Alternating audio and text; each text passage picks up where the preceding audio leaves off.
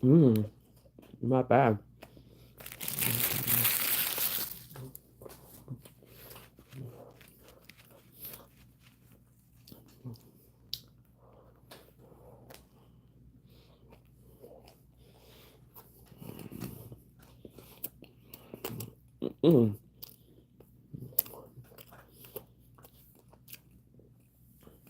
My back hurts a lot.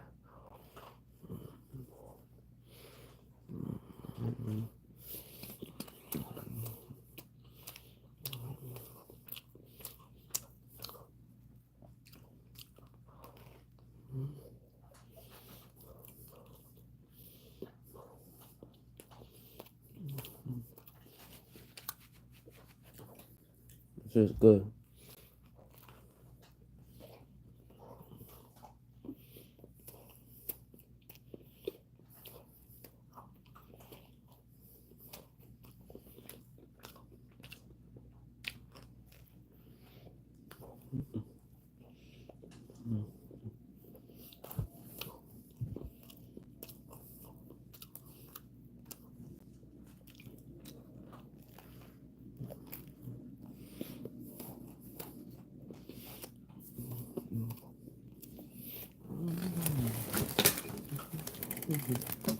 Make sure you eat.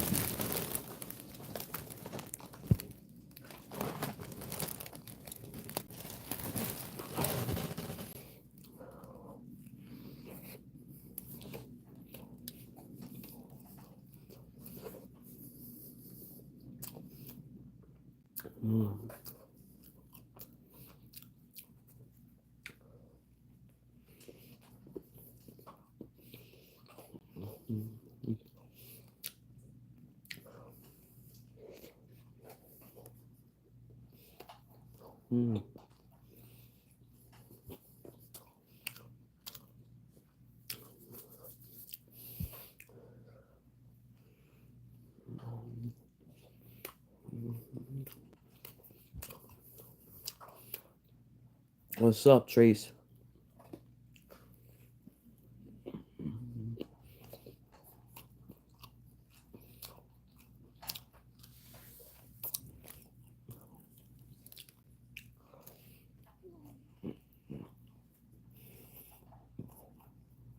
Up he is.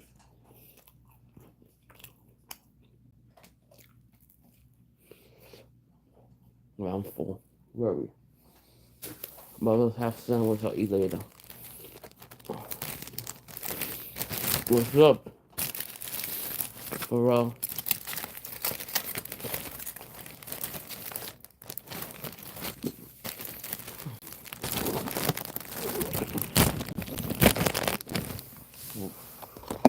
Nope. Don't forget to like and subscribe.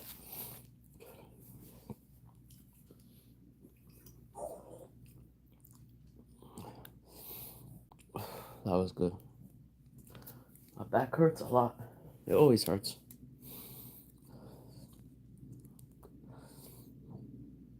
Thank you for subscribing, Elijah.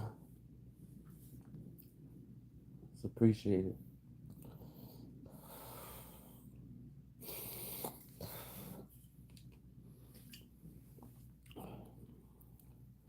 Skylar, how you doing?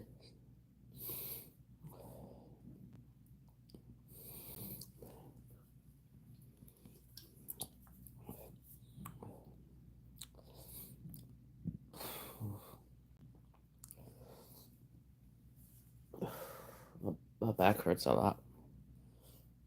That's good.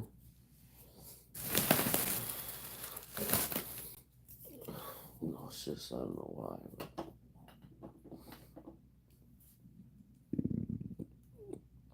Yeah, Nightbot is good too. I have. Oh. Give me a second, guys. My stomach is starting to hurt. Nightbot is good. 1 second.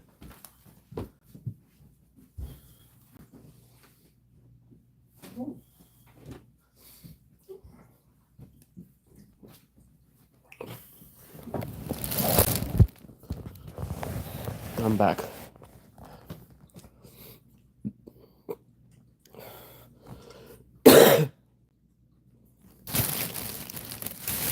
you doing, Matisse? Basement. What are you doing?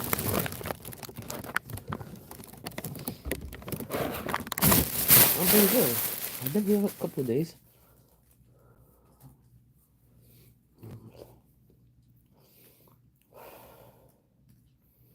I was here yesterday, the day before. I live stream. This is my girl.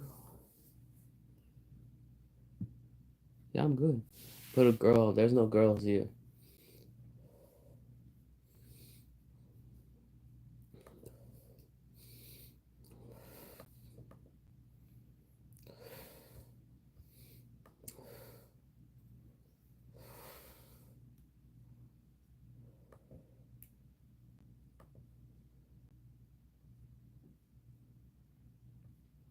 Yeah, I am single.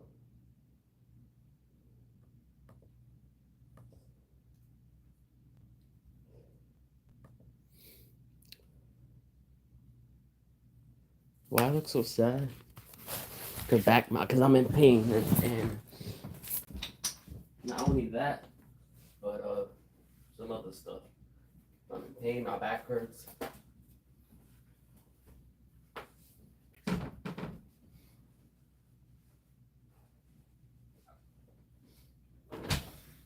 I'm gonna use the bathroom, guys. Give me 1 second.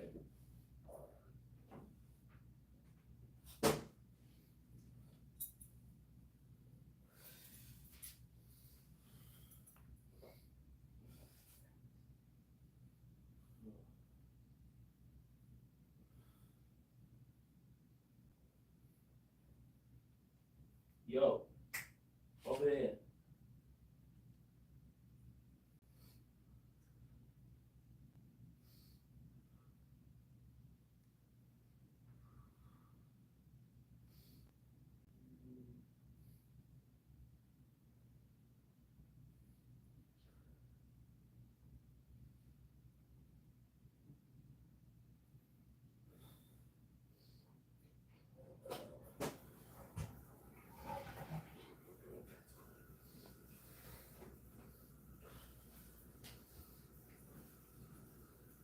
Over there, Alexa.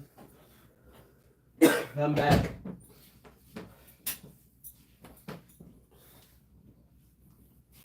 What's in the bathroom, guys? Yeah, nobody left. Good. Thank you for being good followers.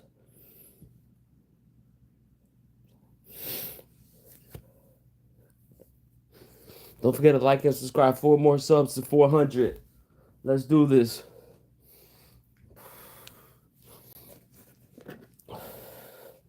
I need 40 YouTube subscribes to get me to 400 subs. If 5 of y'all subscribe, I'll hit my 400, 401.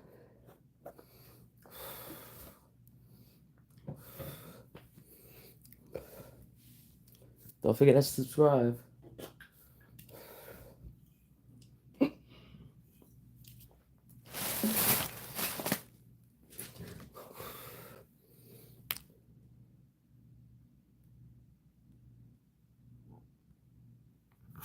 Now wipe my hands with alcohol.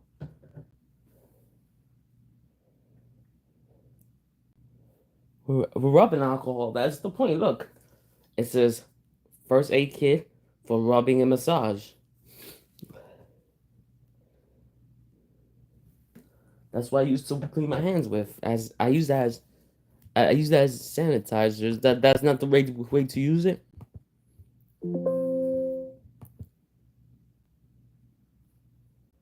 Yeah.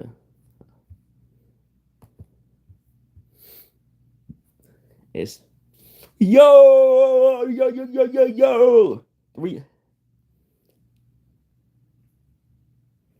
Not on my skin. My skin is moist.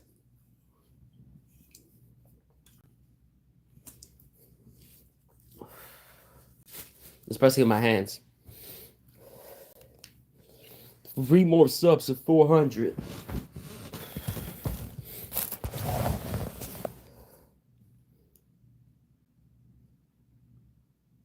Yeah, I got that and regular hand sanitizer too, but I prefer that. So I got here, it says 2.5 ounces of chips. Nacho cheese. Y'all like nacho cheese? I prefer these. Thank you. They like my videos. I appreciate it.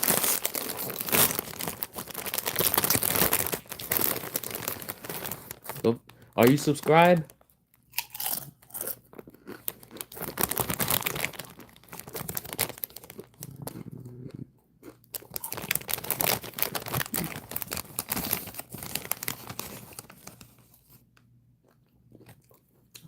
My story. Good.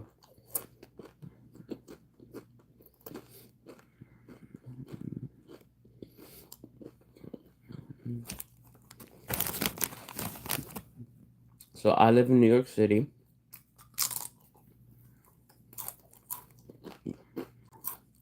I was born in New York. I was born in Bethesda Hospital.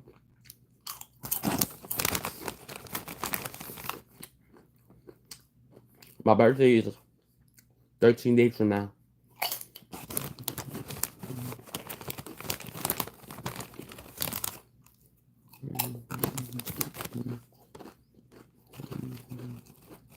Oh,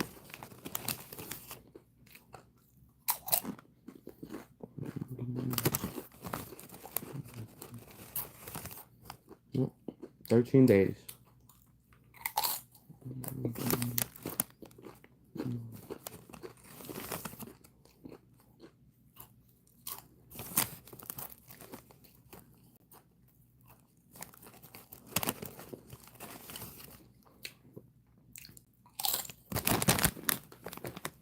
So I live alone. I live in the Bronx.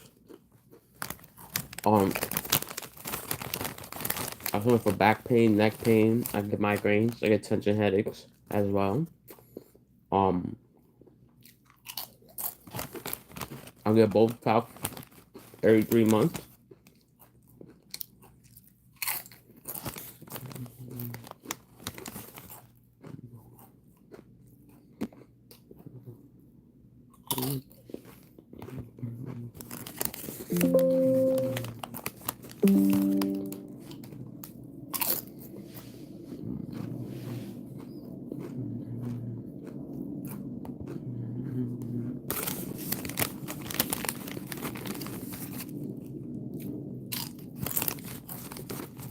That's part of my story.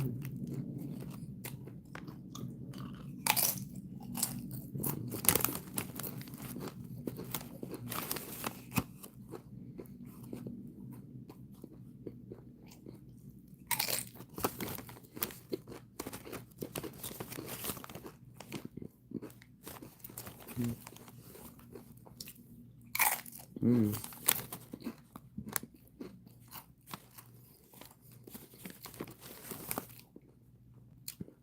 How you doing?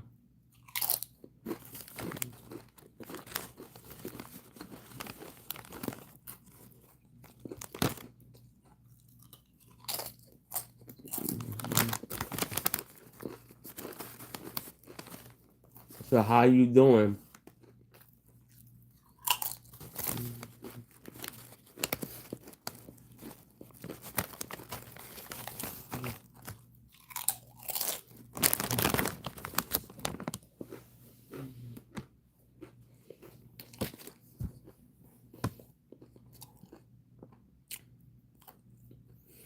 Oh, I'm good. I'm happy with my YouTube channel and the direction it's going since I've started.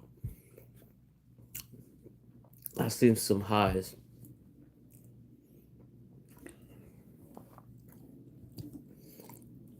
And it's thanks cause of you guys. Without you guys, I couldn't do it.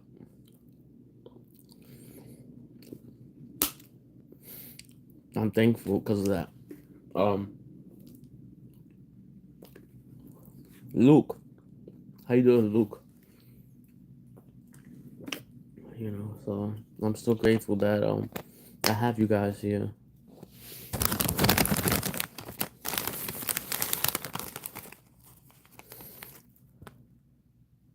I'm good.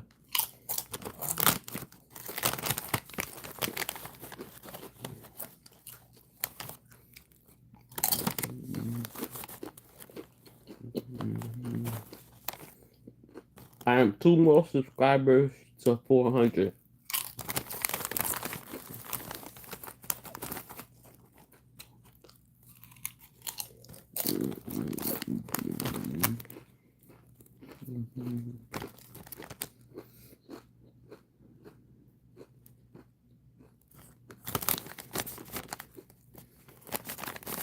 Oh, one more sub!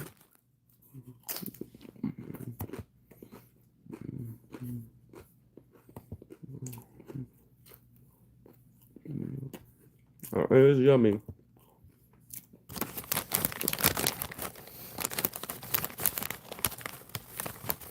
No, it's not a panini. Earlier was. Can we pass 400 subs tonight? I need one more person.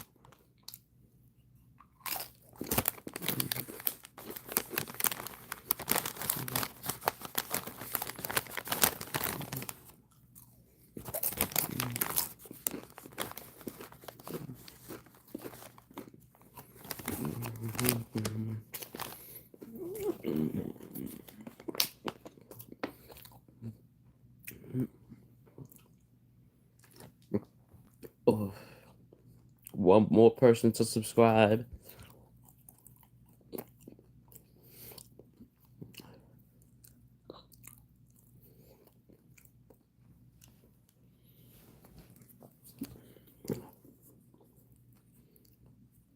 Thank you, I appreciate it.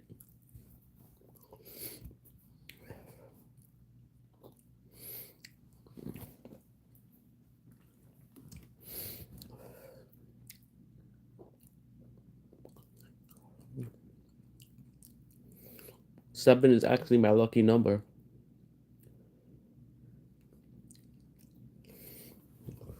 Ooh, I'm about to take something from my stomach because it's starting to hurt. Let's give me a second.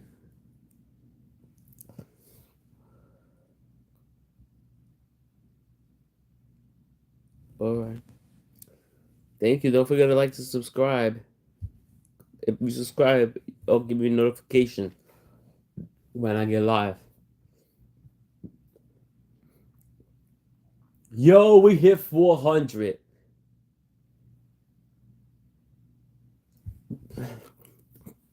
Can we get to 401?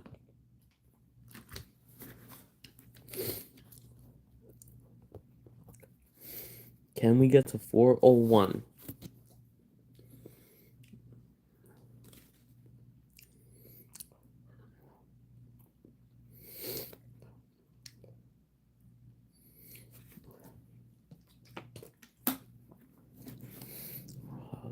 Though $3.99. Somebody unsubscribe. I just love playing these games.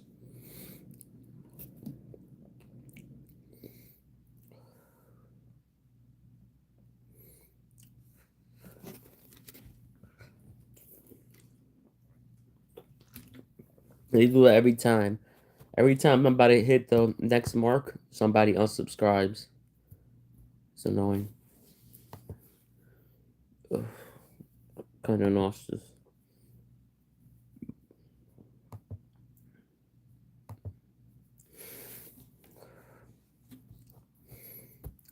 Oh, my stomach is starting to hurt.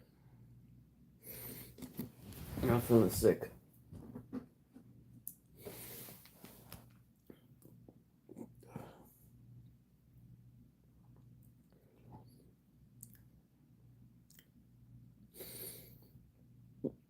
I want to throw up.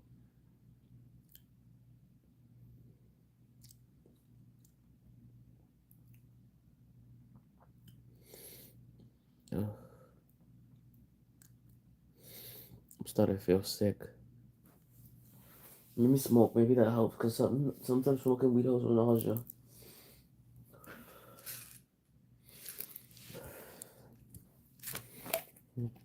I take this medication. It's supposed to help with nauseous. You don't like my crazy ass guys? Yep. Let's see. That was good.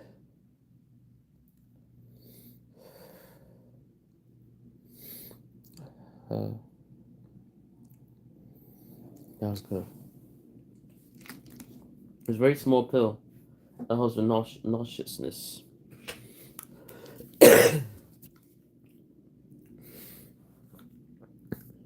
Hi, Maria. How you doing? Hi.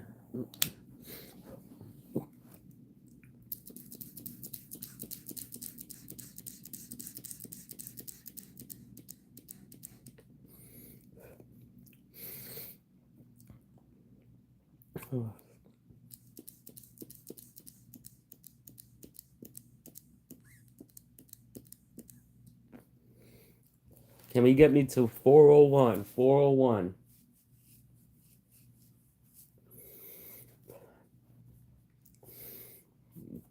If we could get me a 401, I'll be happy.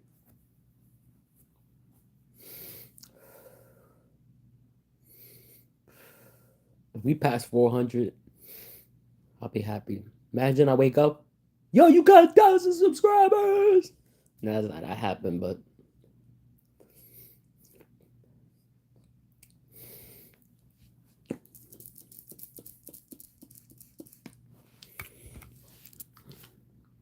my channel's a small channel. It's always been, you know.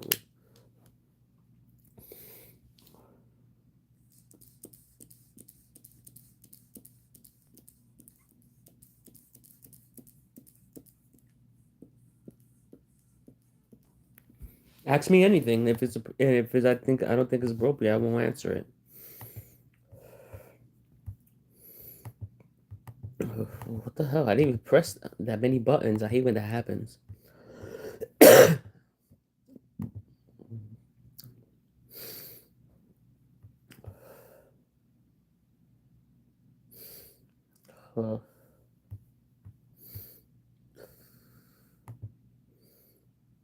It was good. I'm happy Seth because my Rollins channel's will beat doing pretty Roman Reigns good. and CM Punk at WrestleMania 41. The Rock is joining John. So I'm doing pretty good because my channel has hit 500 subs, 400 subs. We're on my road to 500 subscribers. So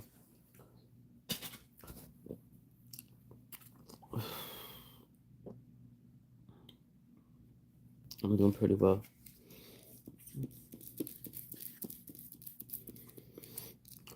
If my YouTube channel is doing well, I'm doing well.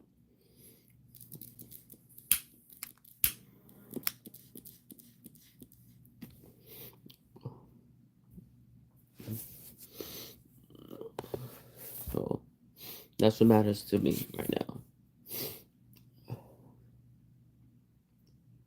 I think that's the. Oh, that hurts. Uh,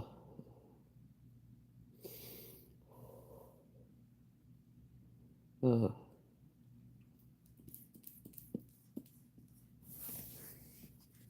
I tell a couple of my friends that I'm live.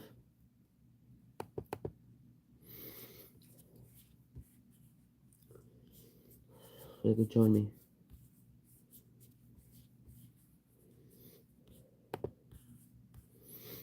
Oh. I am live.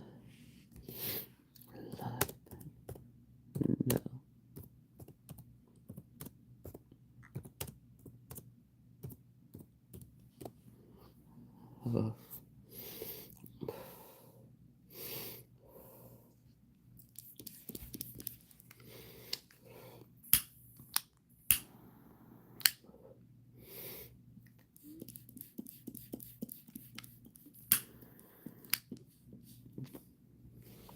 Oh,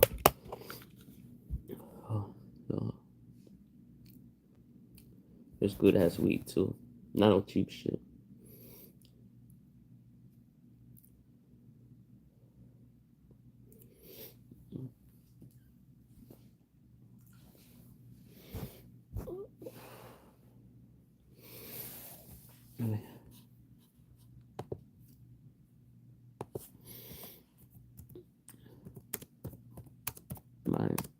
couple tele. I'm telling a couple of people who pass by, people I know. So.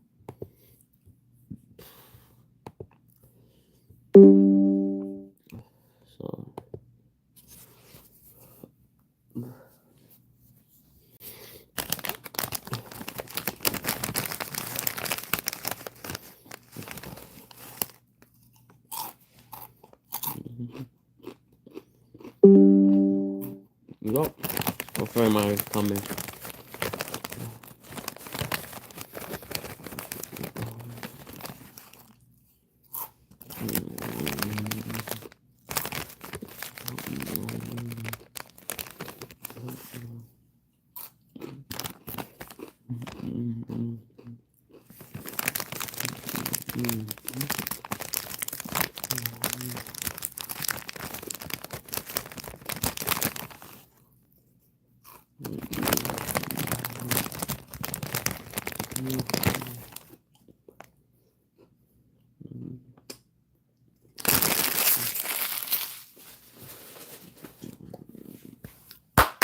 Yo! 401. Let's get me 402. Oh God, I love you guys.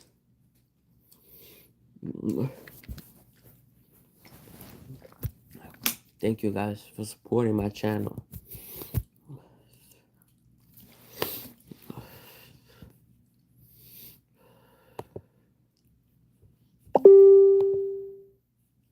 What happened here? I didn't press nothing.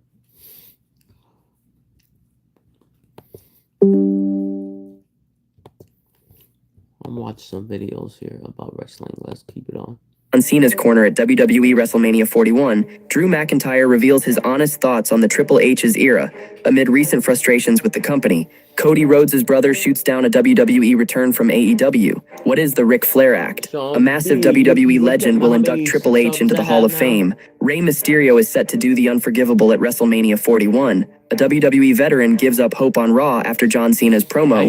CM Punk went off script during his promo on Raw. Let's dive right in. The Rock is joining John Cena's corner at WWE WrestleMania 41. John Cena and Cody Rhodes are in a fierce battle over the undisputed WWE Championship as WrestleMania 41 gets closer. Ever since Cena stunned everyone by turning bad at Elimination Chamber, he's been mad at the crowd, saying they pushed him to do it. Cody, the good guy known as the American Nightmare, fired back, accusing Cena of forgetting who he really is. But all through this wild fight, one big name has stayed quiet. The Rock. The Great One sparked Cena's dark turn in Toronto after Cody wouldn't sell his soul, and everyone thought he'd be a huge part of this story heading into the big event. So far, he's barely shown up, but with 4 weeks left, the final boss could still shake things up. Here's how The Rock might jump into John Cena versus Cody Rhodes at WrestleMania 41. Number 1. The Rock stands with John Cena at WrestleMania 41 and meets an old enemy. The Rock is super busy. He's a big-time actor and runs a bunch of businesses, so he's always on the go. That makes it tough for him to pop up on WWE shows all the time. Right now, it doesn't look like he'll be around as much as he was before WrestleMania 40. But since he's the one who kicked off this mess between Cena and Rhodes on the way to WrestleMania 41, he's got to show up for the big night. Imagine him standing in Cena's corner, making it harder for Cody to win, and helping Cena grab his 17th world title. Even better, it could bring out Stone Cold Steve Austin, The Rock's old rival, to surprise everyone and level the playing field. Number 2. The final boss twists the rules for the title match at WrestleMania 41. Back when The Rock became the final boss before WrestleMania 40, he didn't just turn mean, he grabbed some serious power in WWE. He used it to make life tough for Cody Rhodes, but Cody still won with help from Cena and others against the Bloodline. Now, heading into WrestleMania 41, Cena's flipped sides and teamed up with The Rock. Since Cena sold his soul, The Rock could pull some strings and add a tricky rule to the championship match, giving his new buddy a better shot at that 17th title. What kind of rule? Who knows? This way, The Rock can stir the pot without stealing the spotlight from the main fight. Number 3. The Rock calls in help for John Cena against Cody Rhodes before WrestleMania 41. When Cena joined forces with The Rock at Elimination Chamber 2025, people started guessing about a mystery third man. Some thought The Rock was hinting at it with sneaky hand signals in Toronto, and names like Randy Orton or Austin Theory got tossed around. Nothing set yet, but with 4 weeks until the big show, The Rock could bring in someone to back Cena up. Or he might send old Bloodline guys like Solo Sikoa or Jacob Fatu to mess with Cody. Remember, Sikoa attacked Cody out of nowhere a few days before the Chamber, right after losing to Roman Reigns. This could tie that loose end into something big. Number 4. The Rock crashes WWE shows on the way to WrestleMania 41. Since 2025 started, The Rock has shown up 3 times on WWE's main shows. He kicked things off on Raw's Netflix debut, talking big before Tribal Combat, and later naming Roman Reigns the real Tribal Chief. Then, on February 21st, he showed up on SmackDown, asking Cody for his soul. It all exploded at Elimination Chamber when Cena teamed up with him to start this war with Cody. The 52-year-old hasn't been back since and isn't booked for anything soon. But with 4 weeks left, he could still drop in and light up the road to WrestleMania 41 like only he can. His surprise visits worked magic before WrestleMania 40, and they could do it again now. Drew McIntyre reveals his honest thoughts on the Triple H's era amid recent frustrations with the company. Drew McIntyre, a 2-time WWE champion, isn't holding back about how he feels under Triple H's control as WrestleMania 41 looms. The Scottish psychopath sat down and shared his real thoughts on the game's role as chief content officer and the guy calling the creative shots. Lately, Drew's been vocal about his anger over not getting a title match at WrestleMania. On top of that, he's annoyed that the crowd isn't giving him and Damian Priest a fair shot to build their storyline. With the road to WrestleMania heating up, Drew spilled the beans on the Untapped podcast about how Triple H runs things, saying the focus is all about telling real, gripping stories, something he thinks WWE should have done ages ago. Since Triple H took charge of the creative process, it's very much based in reality. These days, it's not just the good guys and the bad guys fighting each other like it used to be.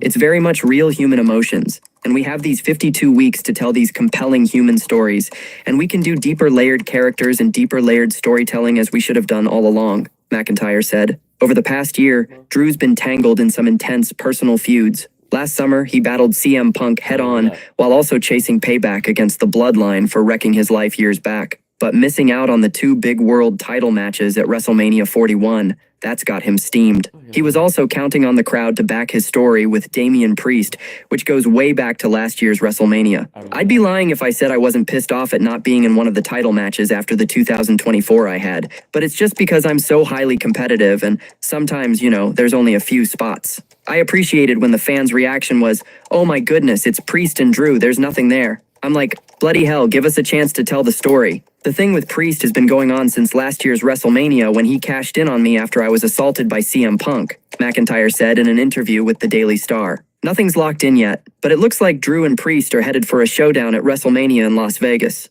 Cody Rhodes' brother shoots down a WWE return from AEW. Dustin Rhodes has been a big part of AEW since joining in April 2019, and he's just crushed any hopes of going back to WWE. The ROH World Tag Team Champion once said he signed a long deal with AEW, planning to end his wrestling days there. When a fan on Twitter recently suggested he should return to WWE, Dustin shut it down fast, replying, "No, I am happy where I am at." Back in February 2025, Dustin shared that he's likely got about 3 years left before hanging up his boots, though he added, "Things change." Even if he's not itching to step back into WWE, he's still watching what's happening with his brother, Cody Rhodes. After Cody got jumped by John Cena at WWE Elimination Chamber, Dustin fired off a warning to everyone involved. Over in AEW, boss Tony Khan recently called Dustin a legendary wrestler, and it's easy to see why.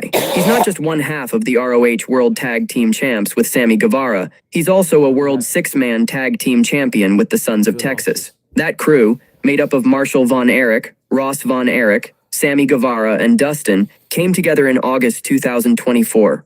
What is the Ric Flair Act? The Ric Flair Act is a proposed law in North Carolina that could lead to a new professional wrestling Hall of Fame. Introduced on Monday, March 24, 2025, to the state Senate, it's officially called Senate Bill 404, or an act to remember iconic combatants through fostering learning awareness and interest in wrestling. The idea is to set aside $500,000 for the North Carolina Department of Natural and Cultural Resources to dig into whether building a wrestling Hall of Fame in the state makes sense. They'd have to report back by summer 2026 with their findings.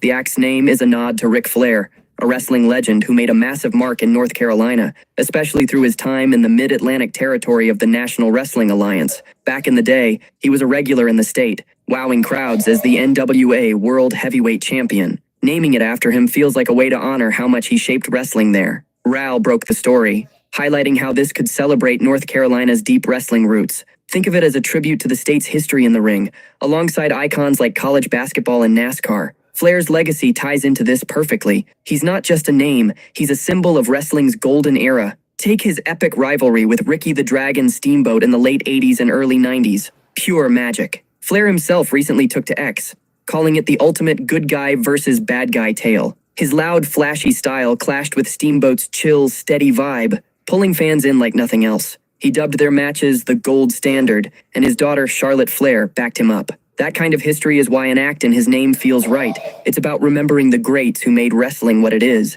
A massive WWE legend will induct Triple H into the Hall of Fame. Triple H, WWE's chief content officer, is stepping into the Hall of Fame class of 2025, and a wrestling old-timer has a bold guess about who will induct him. Known as the Cerebral Assassin, Triple H started with WWE back in the mid-90s. Inside the ring, he was a powerhouse, snagging 14 world titles over his career. Now at 55, he's the guy steering the creative ship. In January, Shawn Michaels and The Undertaker pulled off a surprise at WWE headquarters, breaking the news to him that he'd be the top name in this year's Hall of Fame lineup. On the Behind the Turnbuckle, The Last Word podcast, Jonathan Coachman, who once stepped in as Raw's interim general manager, dropped his pick. Ric Flair, a two-time Hall of Famer, will be the one to usher Triple H into the elite group. I think it's going to be Ric Flair, he said. On that same podcast, Coachman also tackled the idea of The Rock inducting Triple H. He shut it down quick. The former backstage interviewer dug into the messy history between the Game and the final boss, saying there's no chance it'd happen. He'd already spilled some tea on a past episode, pointing out that despite any smiles they flash, the two can't stand each other. Well, you all saw that behind-the-scenes video at Elimination Chamber that they posted where they came back, and I love it when Triple H and The Rock are in the same space, because I know I've experienced how much they truly hate each other. And so, this whole notion that they're getting along these days is BS, Coachman said. Rey Mysterio is set to do the unforgivable at WrestleMania 41. After last night's Raw on March 24th, 2025, Rey Mysterio and his LWO crew are in a tough spot. Wow. They're clashing hard with American-made and their new buddy, the mysterious El Grande Americano, whose real face is still a secret. A lot of folks think Chad Gable's the guy under that mask, and that guess might push Mysterio to cross a line at WrestleMania 41. Could he really do something unthinkable? There's a good chance the answer's yes. With WrestleMania 41 creeping closer, it feels like WWE's setting up a big showdown between Rey Mysterio and Chad Gable. But here's the twist. Just like on Raw, Gable might dodge the fight and let El Grande Americano step in for him. Imagine this scene. Americano's in the ring, wrestling as Gable's stand-in. Rey, not buying it for a second, is dead sure it's Gable hiding behind the mask. The match builds to a wild finish, and Rey, the master of the 619, comes out on top. To prove he's right, he grabs the mask and yanks it off, ready to expose Gable. But then, bam, it's not Gable under there. The crowd gasps, and Rey's jaw drops as some other wrestler's face stares back at him. For a luchador like Mysterio, maybe the greatest ever, ripping off another luchador's mask is a massive no-no. A total disrespect to the culture he's built his life around. He'd be crushed. And that could be exactly what Gable wanted all along. A mind game to break him. Now, this is all just a theory for now. The idea that El Grande Americano isn't Chad Gable isn't set in stone. When that masked guy first showed up a few weeks back, crashing the New Day versus LWO match and blindsiding Rey, everyone pointed fingers at Gable. It seemed obvious. But then, backstage on Raw, Kathy Kelly grilled Gable about it, and right as he was denying it, security hauled Americano out. Proof Gable wasn't the guy in the mask at that moment. It's a curveball that keeps everyone guessing. Maybe Gable's playing a deeper game, or maybe it's someone else entirely pulling the strings. We won't know the truth until the story plays out. For now, it's all up in the air. Will Rey really commit that unforgivable act at WrestleMania 41, or will the mask stay on? Time's the only one that'll tell.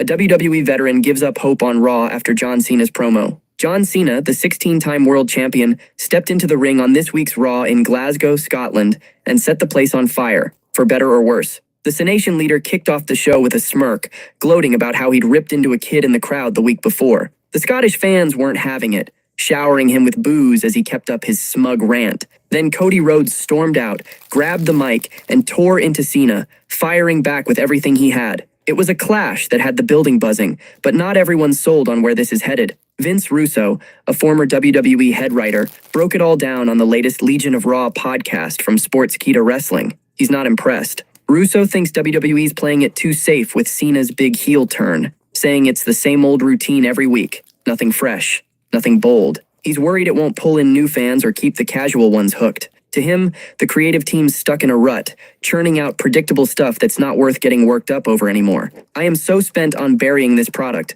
There's no reason to bury it anymore. This is the typical show. This is the show, guys. This is what you're going to get. I'm not going to come out here and bury it every week. I know what I'm going to get every week. I know what it's going to be. Do I get paid to watch it? Yes, I do. But there's no point. This is the show.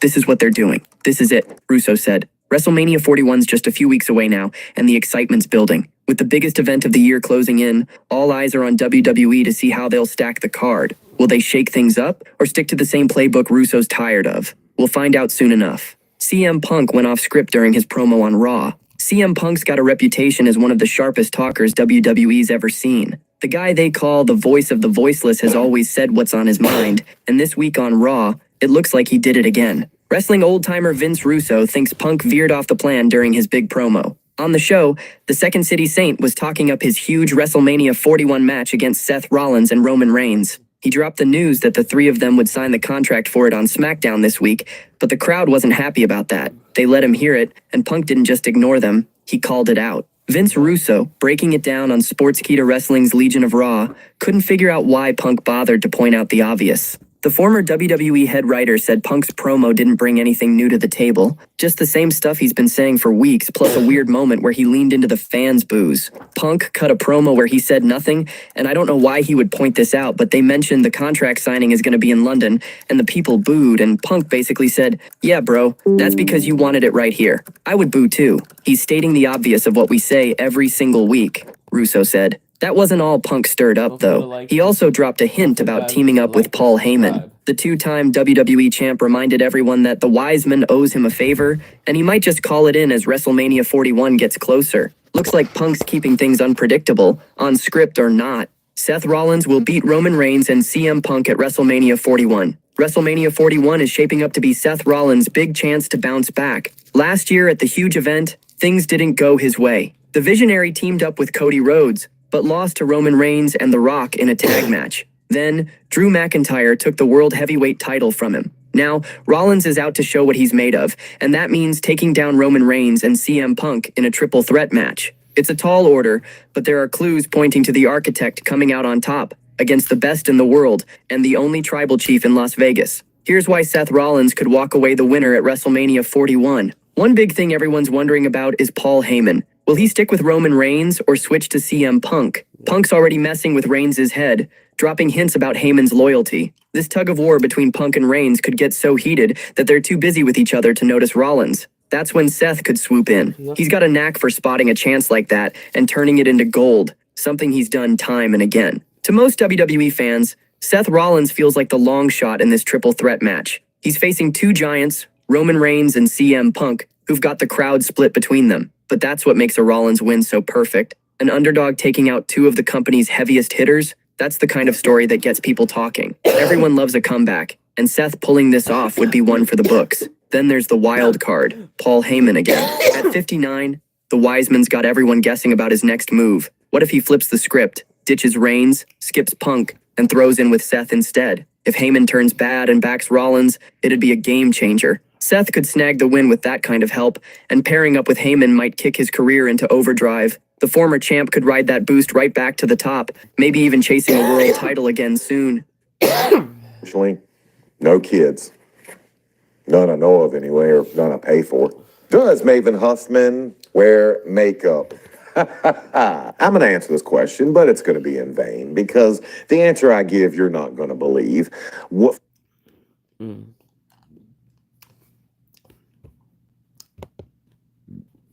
WWE has a lot of money and AEW has a lot of money, and obviously when these two large companies are, spending a lot of money and making a lot of money, they're going to be spending a lot of their money on mostly talent, right? And obviously there's going to be names across from both companies that become free agents. They might leave companies, they might switch to a different company, whatever it may be. However, actually what's really interesting is there's a major name who I believe at this point, a lot of people consider this talent to be a rising star. And this individual is becoming a free agent and leaving the international wrestling scene to make a permanent move to America. And I am super excited about this. I think this is a great signing, and it appears that the deal is done with AEW. We're going to talk about that in just a little bit. Plus, TNA, some massive groundbreaking news there, and then some interesting contract news for a star in AEW. So obviously, we got to kick things off with AEW, and more specifically, Mariah May. This obviously is considered shocking to me because there really hasn't been too much conversation about where she's currently at with her contract in AEW. However, there was a report that came out today from Fightful Select that basically says Mariah May is currently in her contract year, and she is obviously with AEW, but a lot of people didn't know that her initial deal with the company was actually a relatively short-term deal. Basically, the plan is for AEW to keep Mariah May. They obviously have a very strong desire to keep her. They have a lot of belief in her. They believe that she's got a lot of potential. They believe in her value, which is awesome. But technically speaking, Mariah May very well could become a free agent in the summer. Now, the reason why I'm talking about this is because I actually think Mariah May has been utilized absolutely incredibly well in AEW. However, with Mariah May actually catching steam and getting momentum and everything, you do have to wonder how she is going to go about free agency if that time does come, because obviously WWE would have significant interest there. So you have to wonder at some point, is WWE an actual possibility? Now, my personal belief is that she will stay with AEW, and my personal belief is that she is going to get paid very well to stay with AEW long term. We don't know what the contracts are going for these days. Maybe it's 3 years, maybe it's 5 years. Who obviously knows at this stage? But I feel like Mariah May deserves a very good contract. I would look at Mariah May as clearly part of the upper, the upper scene in the women's division, right? She's up there, right? I would consider her one of the top female athletes for AEW. So I'm happy for her because this means she's going to get paid a lot of money. And there's always that possibility that she could potentially, utilize WWE's interest as a way to get more money. But I do think she'll actually end up staying put. And that leads us to our next topic, ladies and gentlemen. Gail Kim and a few other individuals have been released and fired from TNA. This is really, really shocking news, to be honest. This is especially Gail Kim just being such an important part of TNA. When Scott D'Amore was let go, she took over as the head of talent relations. She's also a very, very, very main contributor to the women's division over there. Gail Kim is somebody who, just something I have witnessed personally with her being backstage in TNA. She is a great influence in the company. Now TNA has made the decision to let her go. And there's a couple other changes that we'll get to. Today, TNA put out a statement. Today, we announced a restructuring resulting in staffing changes at TNA Wrestling. These decisions are always difficult, but it became apparent that we needed to make adjustments to our business strategies. We are grateful for those who worked here and thank them for their years of dedication to the company. Finally, we want our fans to know that we are committed to producing the absolute best product and highest quality content that we can, and we appreciate their continued support. This is obviously a very big deal. Also, Ariel Schnurner and Rob Kligman and Michael Shuchenko. Basically, TNA is making a lot of changes. And also, what's even crazier is Delirious, who used to book ROH, is now going to be the head of TNA Creative. So this is obviously a massive, massive shakeup. And quite frankly, I mean, there's no way to sugarcoat it. I'm a massive fan of TNA. I love TNA. However, I'm going to be very, very clear here. Anthem and Carlos Silva, the president of TNA, I genuinely feel like you have made a massive, massive, massive mistake. This is inexcusable. This is uncalled for. I don't really care what kind of shakeup you're trying to do or whatever sort of things that you're trying to do for your company and your business. I understand Anthem, their reasoning. I guess it makes sense, right? But the reality is, Gail Kim is just somebody who, this is an industry where you don't have that many females at the top of the food chain, but also at the same time, too, it's not about just having females there at the top of the food chain. It's about having quality talent. And regardless of gender, Gail Kim is like a really, really good influence backstage at TNA. She's incredibly well liked by the people there. She does a terrific job at her job. And just to see that Carlos Silva and Anthem made the decision to let her go, it's really insane. And obviously TNA will keep moving forward, but I think this is problematic. I genuinely believe this is problematic, and I think it's not a good look for TNA to do that. And obviously, Gail Kim should have no problem getting a new job. I think WWE or AEW would be absolutely foolish to not bring her in, but yeah. And that brings us to our final topic, ladies and gentlemen. This is interesting because obviously bidding wars exist. We were just talking about Mariah May earlier. However, there's a new free agent on the block, and the name is Mina Shirakawa. And she's obviously somebody who a lot of people believe will be a very, very massive part of the future of pro wrestling. However, what is actually insane to think about right now is the fact that Mina Shirakawa is leaving Stardom. She started with Stardom, I believe, in 2020, and now she has officially confirmed that she is leaving the company. The belief is that she is coming to America, and Fightful is now reporting that AEW is expected to sign Mina Shirakawa. Just because it's expected doesn't mean it's 100% confirmed. Obviously, we know WWE has had some interest in the past, but Mina Shirakawa is somebody who has had television time on AEW. And, of course, you cannot ignore the fact that she also is a very big part with the Tony Storm and Mariah May storyline. Her transitioning to America is going to be great. At this point, you know, I think it's very clear that AEW will probably snag her, and she'll do a great job in AEW. Mina Shirakawa is incredibly talented, so there's no doubt about that. I don't think it's going to be an issue. I hope that if she goes to AEW, she's booked well and she's actually a big deal. I hope if Mina Shirakawa were to end up in WWE, she would be considered a big deal and booked well.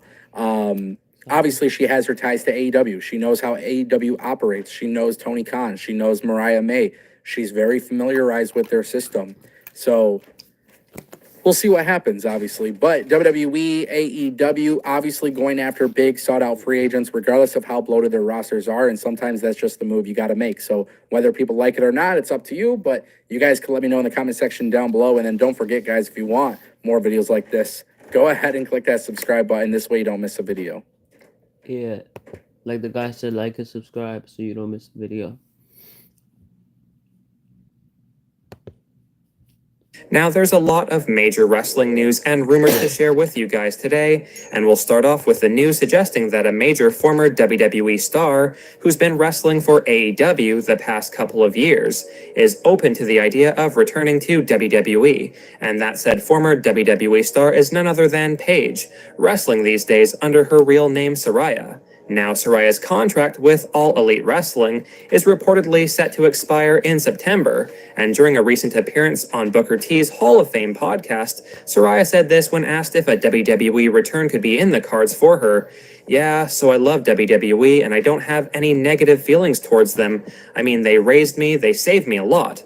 I just appreciate them so much, and the idea of going somewhere else was only because of the potential of my brother being there. That was like a big thing. I just wanted him to be a success in wrestling, you know?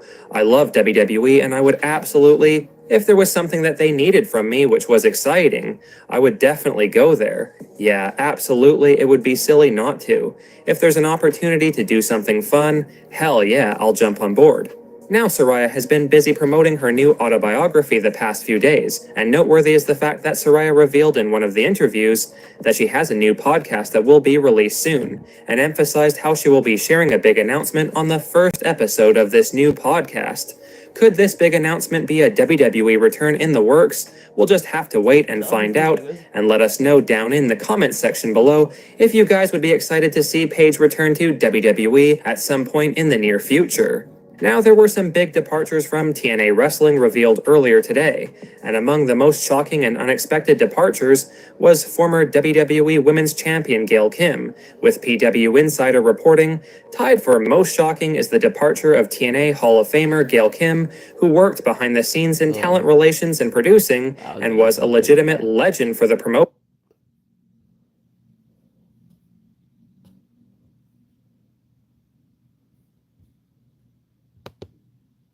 There are so many little moments of women just going, I'm sick of you, and I'm just going to do it myself. I love when women stick up for themselves. Yeah, when we start rebelling a little bit, it shouldn't even be called rebelling. It should just be like, we're just taking our power back. Hi, everybody at home. I'm Amelia Emberwing, and I am here with the woman, the myth, the legend, Helen Boots herself, Soraya. Hello. How do you say your last name? Ember Wing? Emberwing. Is that a stage name? Was Oh, that yeah, your... that's mad fake. I was Mad like, that's fake. the coolest last name I have ever heard in my life. You're like a fairy. I love it. Thank you. I made it up myself. Yeah, it's awesome. Good job. Thank you. Yeah. Thank you. So your book, which just, can we pause for a second before we dive into this and talk about the fact that you wrote a whole freaking book? I know. That's hard. It took 2 years. Yeah. And like, I actually had a ghostwriter and she was so wonderful, really, really was wonderful. But she made me sound like I was out of the cast of Annie a little bit. So I kind of had to rewrite the whole thing. And so me and my friend Taylor was just like, we ended up getting it done. It was amazing, but it's the most fulfilling thing I've done. But it's the most frustrating thing I've done. Oh my gosh, it was just a lot of work, a lot of trying to remember everything is really hard. I'm telling you, it's a lot of brain power. But yeah, I'm glad I got it. I'm glad I got it done. Yeah. So there are so many intimate moments in it that involve not just you but your family. How did those conversations go when you were talking to your folks about, I'm about to tell our story, not fighting with my family style, but like the real stuff? Oh, my family are amazing. If people know my family, if you don't know, they're very, very supportive and they want me to be like, they want me to tell my truth, whatever it is, like they want me to get out there. And like again, when it comes to like telling some stories too, that I actually got them involved. So, when I was doing the ghostwriter at the beginning, we would be on like a Zoom call and I would have my family on, and then just so they can get like their side of things in there, like how they were feeling at the time, etc., all that kind of stuff. So they were definitely involved in it, and I love that, and I'm glad that they're involved in it. There's a lot of tough stories that me and my family have gone through, especially me and my brother. So it's it was rough going through it, and like being able to speak to Zach about certain things from our childhood that we weren't so open about, until obviously recently. But you know what? It's like very therapeutic at the same time, because we got it off our chest. We got to we managed to speak to our parents about certain things that they didn't know what was going on, so it was very therapeutic. And I'm glad that, I decided to do a book so I can get it off my chest a little bit. Yeah. These moments, they're so devastating in a lot of ways, but also like you can tell in the writing that it was also therapeutic. Yeah. But it also speaks so much to you and Zach's relationship, which has always been really, really prevalent in your career. Obviously WWE turned him away. We finally got him on AEW and he got to do Wembley, and just, the two of you, your relationship has always been so remarkable to watch throughout the ages. Yeah, we grew up like twins. Everyone used to think we were twins until he like got really tall. And everyone always thinks I'm the older one, by the way. Okay, he's older, 14 months. Let's not forget about that. But no, we grew up together, but we really grew up together. We're like we lived in each other's pockets. Like we went through everything together, from like childhood trauma up until and business side of things too. Like even now he's doing a food truck, and I'm really proud of him. He does jacket potatoes, and he called it Zacket potatoes. And I helped him buy the food truck and get him started, and he's just killing it. And I'm so proud of him. So I'm like his business partner in that. Like it's something outside of wrestling, but yeah, it's great. I'm so proud of him. I cried when he did his debut for AEW. He came backstage. Everyone come around him, because everyone's just want him to succeed. He's like the ultimate underdog. It's been such a saga. Yeah, for real. And so everyone was just so pleased for him, and it just was really nice to see. I kind of took a step back and let him take that moment in, and then I come up to him, I was just crying. I was like, I'm so proud of you, And that was one of the big catalysts of why I actually went to AEW, because both the companies at the time, I had an option right here. And one of the biggest things that made me go to AEW was the fact that Tony was so welcoming of my brother, and he wanted my brother to be there, so he signed him. And that is the selling point for me. I was like, wow, my brother's gonna get a chance. I've done what I've needed to do in wrestling. I'm sure I have something left in the tank, but I am coming to the end of it. And I just want Zach to have his moment. So that was a big thing. I was like, okay, if you sign my brother, I'll be there. Yeah. So you mentioned his food truck, and you talk a lot in your book about your mom being a Jill of all trades, but it's very true for your whole family, it seems. And that's rare in wrestling families. Wrestling is in your blood. It's what you know, it's what you do. But there are so few people that have something else that they can do when this is over. All they can think about is wrestling. To so many wrestlers' detriment, like not in their performance, but in the fact that their bodies are just breaking down, and they like, bless Jeff Hardy. Please take care of yourself. Yeah, take a break. Take a break. But so, like, talk to me about your parents instilling that curiosity in you, I guess, because you do go explore these other things. You know, Zach's got his food truck. You just wrote a book. The film itself, you know, all of these things.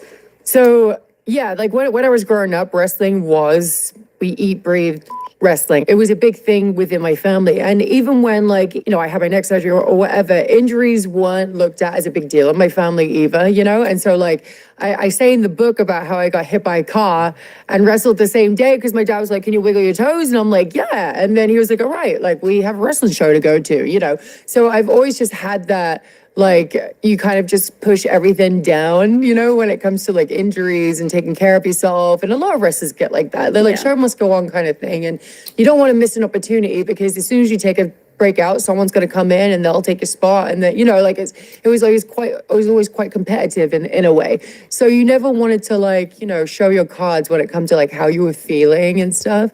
And yeah, and when it comes to wrestling and doing stuff outside of it, like wrestling's always going to be like my love. It's always going to be my first love. I'm always going to adore it. I am coming to the point in time where I'm like, wrestling's gave me so many opportunities and I love it. So doing the book, I have my pod show coming out called Rule Breakers. And then, you know, I have these acting opportunities that are coming up, which I'm really excited about. Like big roles, which I never thought I would get. So I'm really excited for that big announcement to be made. But yeah, it's just, there's a lot going on, and wrestling is definitely the thing that gave me everything that I've ever wanted and needed. And it came with like the ups and downs, of course. But yeah, I'm definitely coming to the end of it, I think. And I'm only going to be 33 this year, which isn't old, but I have been in the business for a very long time, and I haven't really taken care of my body for a very long time. And again, that's one of the catalysts of why I took a bunch of time off too recently, because I'm like, you need time to heal. And as wrestlers, we don't. Yeah. We look at the wrestlers you just mentioned, and like we get older and we never want to retire and stuff like that. And I'm like, okay, this is my cue, I think, to like take a step back. I want to circle back to something that you said. You were talking about your dad. And for people at home, I need to stress, because the book hasn't come out just yet, but getting hit by a car was not a euphemism. That is real. That was real. Yeah. But just, it's prevalent in the wrestling world, but it's such a dad mentality to be like, does it move? Yeah. Go. Toughen up. And it like breaks all of us in a way. We're just like, well, why haven't you been to the doctor? Because I'm not sick. Okay. No. I was raised, I'm not broken, but in the, you know, you're not broken, does it wiggle? But also just on the flip side, I'm not going to go into specifics because I want people to come to this part of the story on their own. But your dad's response when you called him after the leak. Oh, yeah. I burst into tears like a cartoon You character. did? I did. I cried when I was writing it, dude. It was just crazy. There's no correct way to respond to that moment. And then you read his response and you're like, just kidding. There's absolutely a correct way to respond to this moment. And just dads, man. Yeah. Dads. And, you know, he's always been really tough when it comes to like, he gives tough love. Even when I first came over for WWE, he was just like, stop crying to your pillow. Like, I was extremely homesick. I was young, you know. And so, like, in this moment, I'm like, I just need my dad at this time. You know, I really do. And I was so worried that he'd be so disappointed in me and he'd be so upset at me. And I was just like, I was at the end of my rope here. I was very close to like maybe not being around today because of all this stuff, you know? And so he just gave the most perfect response, and I'll let you guys read it in the book, but it was full of humor and it was just a lot of love too. And yeah, I like, anytime I think about it, I was just like, this is make or break for me. If my dad doesn't like it, I don't think I can handle being around anymore. Yeah. And he was just, it was magical, and he saved my life that day for sure. God, it was so, like, again, like a cartoon character. That made you feel something, though. It made you feel something. Because, like, it's just like you put yourself in those shoes in that moment, and you're just like, oh my God. And just, so, great job, Papa Knight.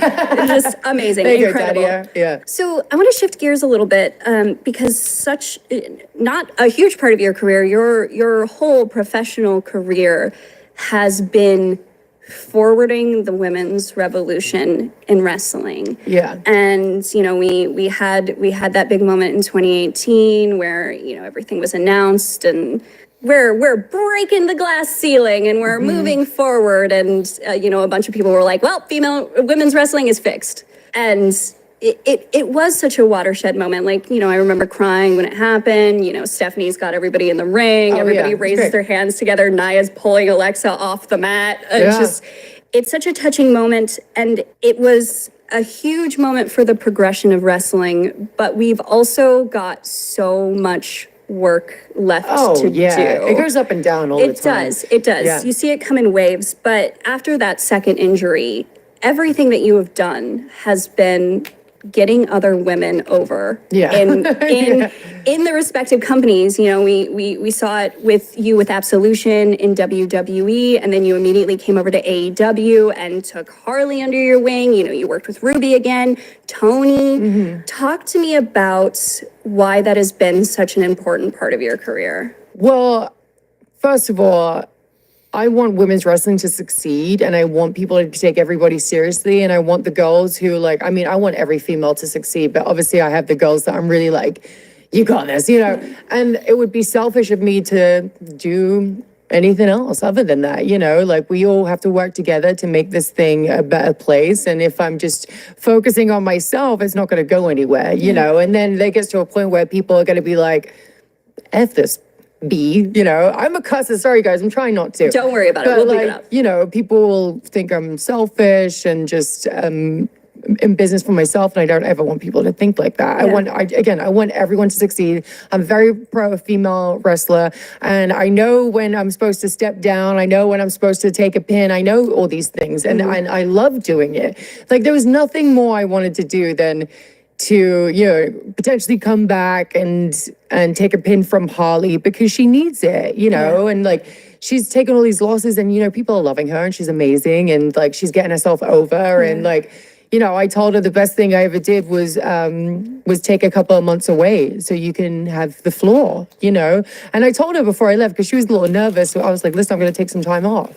And she was just like, oh my gosh, what am I going to do? And I was like, you'll figure it out. You got this. This is your time to shine. And I cried when she had a moment when she was in Australia, in her home country, and she did the entrance and stuff. I cried. I thought that was just a beautiful moment, and she so well deserved. And she's only been in the business 2 years. Right. Isn't that so bizarre to be where she is right now after 2 years? I mean, she has it, She fascinates me in every way because she is such a wildly talented human being. Speaking of Jills of all trades, you can do ventriloquy. I forgot the word. Yeah. She is an insane vocalist. Yeah, she has a Mariah Carey vocals. She can do the whistle notes. It's wild. She can speak Chinese. Yeah, and it's just seeing how far she's come, just on promos alone. When bless you AEW, but the whole Truth TV or whatever it was, that entire segment was terrible, not by the fault of anybody put in it. No. And you see her going a mile a minute there even, and she's you're just always shining. You go everywhere and she whatever goes. she goes in, she's always shining, and she is one of the most just wonderful, genuine, sweet human beings, and I trust her with everything I have. And I told her, 'cause she was just on my show the other day, I was just listen, I've loved my career. I've had a really wonderful career. I've worked with really amazing people. I've loved everybody that I worked with, but she's been the most fun I've ever had in my career. It just every day was the bull. And we would put on Rampage and stuff like that. We're kind of shoved on Rampage a lot of the time. And we made the most of it, and we were having fun while doing it. And I just loved it. And I'm really thankful that Tony decided to put me and her together. I was like, heck yeah. Because since in my AEW, time, I've only ever been with a group, except from my first debut, but I've only ever been with a group, and every time it's just been freaking great. Tony and Ruby, loved them. Then to go into something with Harley, wonderful. I've had a great time. Yeah.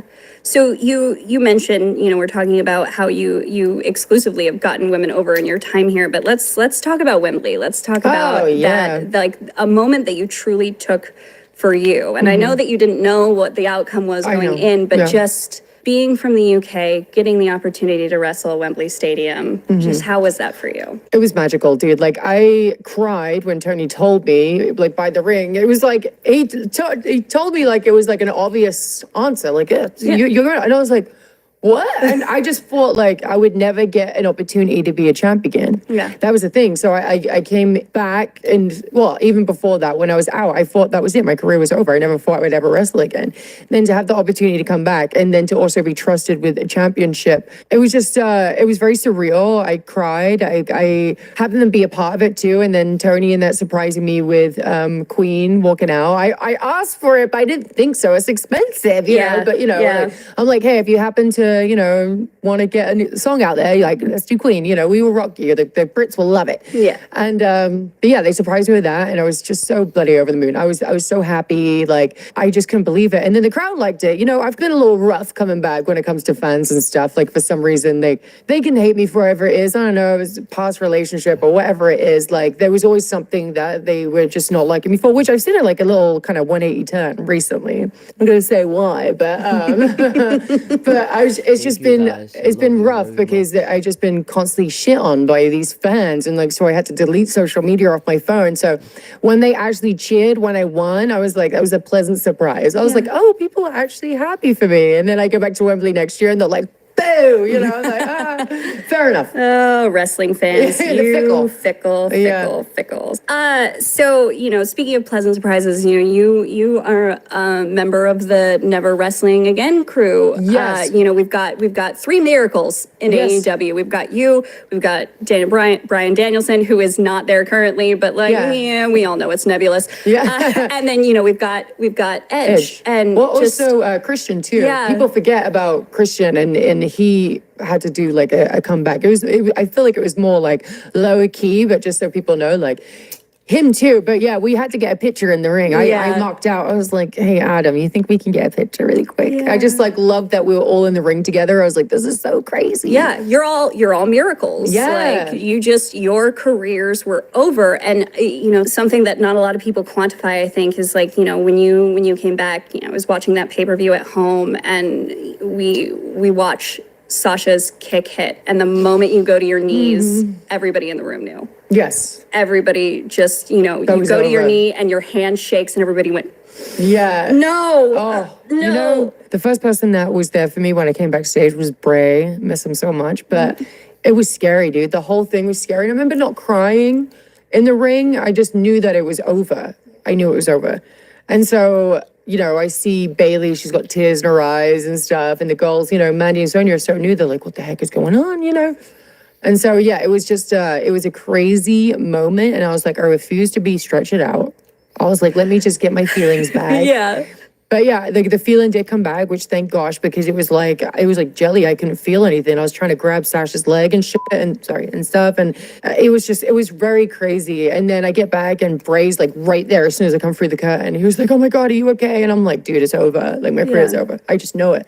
And he was like, don't say that. And he like gave me a big hug, and he's like walking with me to like the doc's office and stuff. And then, yeah, I'm just in the office and I'm just like, I know it's over. So like, they're like, okay, we're going to get you in with Dr. Maroon tomorrow. We're going to fly you to Pittsburgh. We're going to see what's up. So I did. The next day I flew to Pittsburgh, and I got told I'd never wrestle again, like literally the day after. And then I had to go through like all these big moments knowing that I was going to be a part of it. Like the Stephanie McMahon announcement that you brought up, and like the Royal Rumble, and like it was bittersweet. I was just sitting back in Gorilla and I was just watching the screen, and I had tears in my eyes. So I was just like, oh my gosh, like I'm never going to be a part of something like this again. And it's so hard because my whole life is wrestling, You will always be a part of those things for forever. You are absolutely the foundation. It's arguable to a lot of people when it comes to that. Like I always say, I'm like, okay, we all had a hand in the revolution, right? Yeah. But I will say, Getting Divas a Chance wouldn't start trending if it wasn't for the four of us in that ring that day. Correct. Taking like control of what was happening. Yeah. So we got told, you have this amount of time. So we're like, okay. So we plan a match. Then we're like, well, you got this amount of time. And it's like barely even 2 minutes with entrances and exit. So we're just like, we're not going to tell a story. So we said, F this.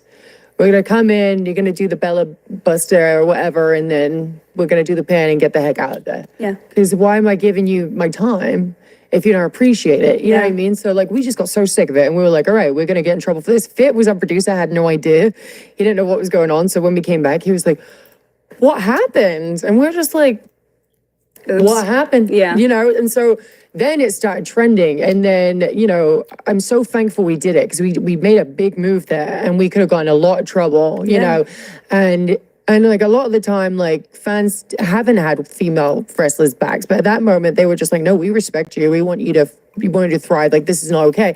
And they made like a trending topic for 3 days. Yeah. So it kind of forced like Vince and everyone to pay attention, being like, people want to see the women and they want to see us wrestle too. Yeah. You know, and it helped that, you know, they were starting to see NXT where Hunter was giving us the opportunity to actually have wrestling matches, you know, like me and Emma, and Emma did 2 matches, and then I'd have a match with Natty, and we were just like, we were wrestling, and people were starting to take notice of it. They were like, these girls can go, these girls can do it, you know? And so, yeah, I'm really grateful for that day that we just said, like, F it, we're going to take control of this situation, and it worked. And so after that, it kind of like, you know, snowballed, and then eventually they brought all the girls up. And it was just like, okay, let's do this Divas Revolution thing. And so, like, and then, you know, all of them, amazing wrestlers, all 4 of them, the 4 horsewomen, they came in and they got to do what they wanted to do straight out the gate, pretty much, you know? So, like, again, they are a massive part of it. They are. They're amazing wrestlers. They're a big part of it. But, like, we kind of did the groundwork a little bit when it comes to igniting that fire. Right. You know? And so, like, again, people can say whoever they want started it, but I believe it was me, the Bellas, and Emma that helped spark what needed to be sparked. We grinded and worked our ass off and kind of rebelled against the man, you know, and we got it done, and the fans. So, yeah. Arguably, anyone can say the Divas Revolution started. I think everyone did it. It even goes as far back as Trish and Lita main event. And before that, you had Bull Nakano and, you know, Alundra Blaze. Like, we've had and Michelle McCall was another wrestler who was amazing. That was in the Divas era, you know, Beth Phoenix. We've had so many different women that are so talented that have ignited this revolution. And then it just took someone to, like, light the match. Right. You know, and I felt like that was us 4 that did that. Right. And there was a gap. And I remember that this gap was very distinctly when I came in to like starting to be a big fan of professional wrestling. You know, Trish and Lita had retired. Beth was all but retired. And so, you know, we had the divas, and there's nothing wrong with the way that they went in and had to do what they were doing. Yeah. But I remember distinctly when you came in, you know, wrestling fans are largely male, but for women like me, you know, when you came in, I was like, there is now a female wrestler that speaks to my sensibilities, who wants to fight, who wants to just, you know, you weren't interested in just being pretty. You were interested in being pretty and beating the shit out of people. Yeah. And like that absolutely for our generation sparked a new thing. It sparked a whole new wave of women's wrestling fans.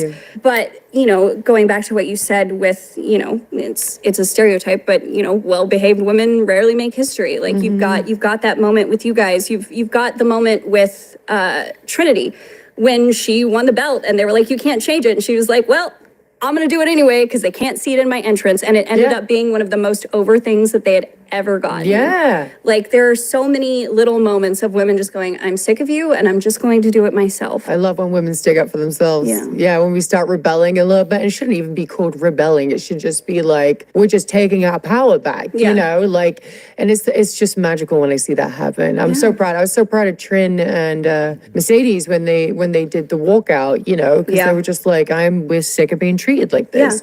And, you know, I'm so proud of Trin, especially because, you know, she went to TNA and like she just uplifted everybody, man. Like she's amazing.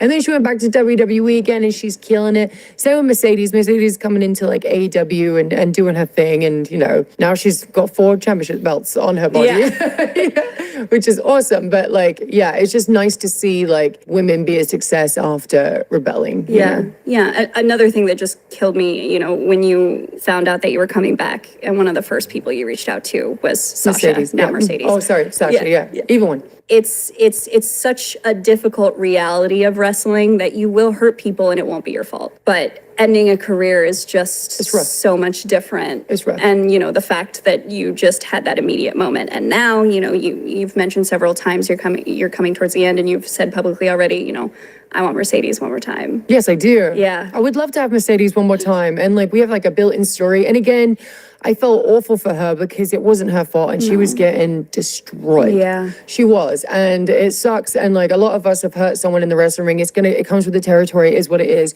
Unfortunately, my career ended, but then I wanted to reach out to her as soon as I got the news because then it kind of, she was dealing with a lot of mental health issues. Yeah. You know, and so I had to like, I just wanted to make her feel better. So I was like, listen, I'm back. Everything's okay. Yeah. You don't have to think about it anymore.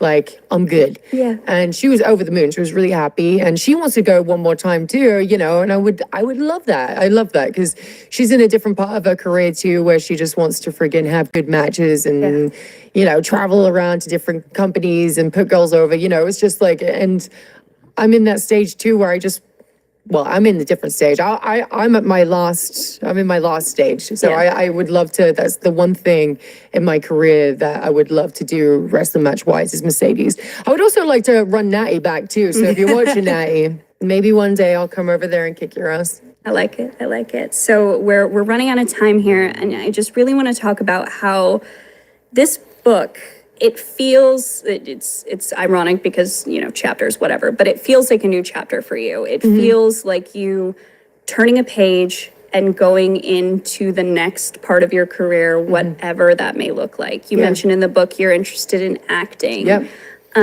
What can you say about what's next? So I have a few things in the pipeline, which I'm excited about. I do have some roles that I'm doing coming up. I can't say what it is, but I'm really excited. They're big roles and had no idea I'd even get something like that. So I'm really excited going into the acting world, dabbling in that, which is something I've just always wanted to do. And also I have my show coming out called Rule Breakers, which is podcasting meets Jackass. So that's going to be really fun. We've already had a couple of guests on that have just Don't gone through electrocute hell. us. Yeah. No more. no more electrocuting tires, no. But it does involve something like that. But and then also, you know, with the book coming out, like I'm really excited for people to just read it. And I did leave some things out because there's just so much to put in there. Yeah. And I do want to do a part 2 of like everything, but there's a lot of things like I didn't want to throw too much down people's throats, you know, because there is a lot of stuff in there. Yeah. There's a lot of traumatic stuff in there too. So I'm like, okay, like I can't like torture everybody. So I want to do a part 2, which I'm really excited about. But the book just has so much great things in there. Happy things, sad things, like stuff that'll make you mad. You know, it has a bunch of different, like it'll make you feel something. But the one thing I want everyone to take away from it is to feel inspired. I don't want people to feel sorry for me.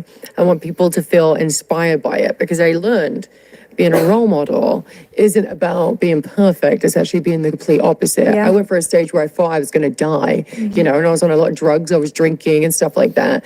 And I realized, like, it's what you do once you get through it. Like, you know, you can show people that there is another side to this, that there is, like, a light at the end of the tunnel. And I just want people to be inspired. That's my main goal of this book. Yeah. And, you know, you succeed. Like, the line that stood out to me most was, I'm this girl's role model. Yes. Like, just, and it's exactly what you just said. Like, it's not about being perfect. It's about showing, like, you can't achieve this. You never will achieve this. So just be the best version of you. Exactly. No one's perfect, dude. No. Oh my God, if you're perfect, there's something wrong with it. Let me tell you. Yeah. Soraya, thank you so much for your time today. This has been an absolutely wonderful interview. And for everybody at home, be sure to check out Soraya's book, Hell in Boots. It comes your way on March 25th. And for everything else wrestling, stick with IGN. Already came out. Last today came out.